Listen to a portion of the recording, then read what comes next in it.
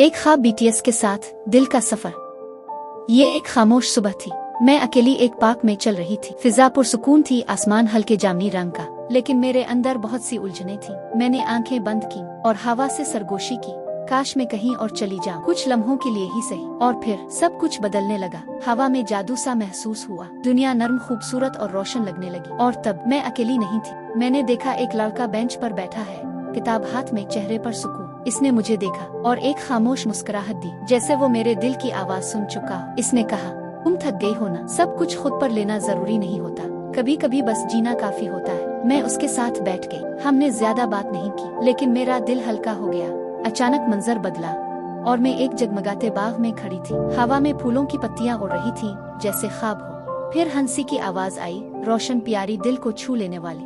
वो आया और जैसे रोशनी मेरे गिर्द नाचने लगी। इसने मेरा हाथ पकड़ा और एक बार घुमा दिया। इसने कहा, तुम मुस्कुराती हो तो लगता है जैसे पूरी दुनिया रोशन हो गई हो। कभी खुद को मामूली मत समझना। और फिर मैं बेइख्तियार हंस पड़ी, शायद बहुत दिनों बाद। अब मैं एक खूबसूरत गैलरी में थी, रोशनी नर्म और नीली दीवारों पर खूबसूरत पेंटिंग्स।